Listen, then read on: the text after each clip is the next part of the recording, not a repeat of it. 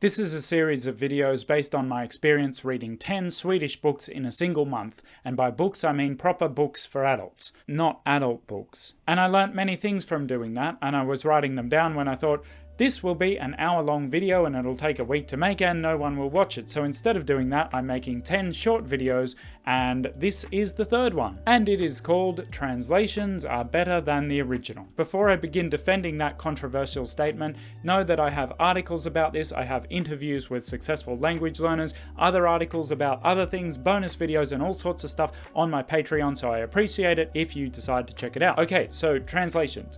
In the 29 days that I read 10 books in Swedish, 7 of those books were actually translated from another language into Swedish. I think English every time. Was it English every time? Yes, all of them from English. And I don't actually think that the version original purist, if you want to call them that, has much ground to stand on here. When you look at what they're arguing, there really isn't a lot of substance. I think it's more sort of snobbery. So I'm going to quickly talk about why I think translations can be better than the original, although of course that's not always the case. The first thing to say is that the original is in fact already an approximation. The author intends to create a story with a certain atmosphere and certain motivations, and hopefully quite a lot of nuance around the story and everything involved in that, but they can only do so to a limited extent because language just isn't a very specific tool. We tend to think it is because it sort of defines our world, how we think and what we think to an extent, but it's really just quite vague when it comes to creating very subtle nuance and meaning and everything. Just realized that my background's not actually moving.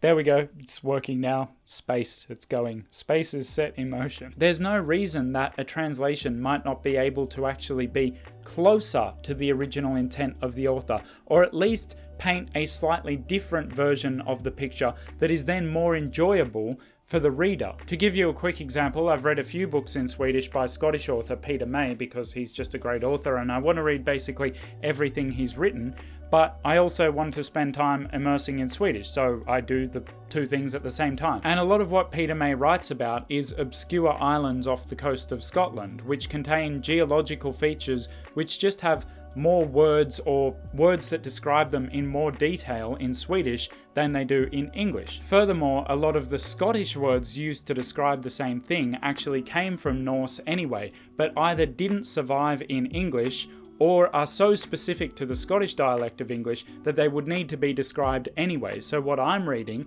is a description in Swedish of this Scottish or Old Norse word. So I'm getting an experience that is qualitatively different from the one of reading it in English, but it's not necessarily a worse experience. And secondly, the language used in version originals is often more realistic. Now, that sounds like a good thing, but realistic can often mean less imaginative. For example, you don't have a character say top of the morning to you if you want to be realistic. You have them say hi or hello.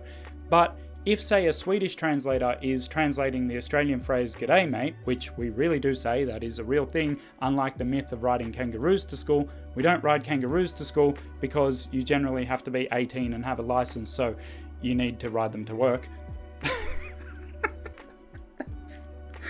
That's so bad. Yeah, my kangaroo won't be happy. Sorry, buddy. Sorry, buddy. Even though g'day is actually a very common thing to say here, that translator might be forced to come up with something a little bit different to say, like tjena kompis, or just tjena, or tja, or... What I'm saying in a nutshell is that the idiomatic nature of each language that is being translated from will push the target language into less common vocabulary that learners of the language should seek to learn. So translations into your target language are a good thing. Don't be a snob, don't avoid them, and stay tuned for the next video, which is about the worst thing that can happen if you just read in your target language. See you then.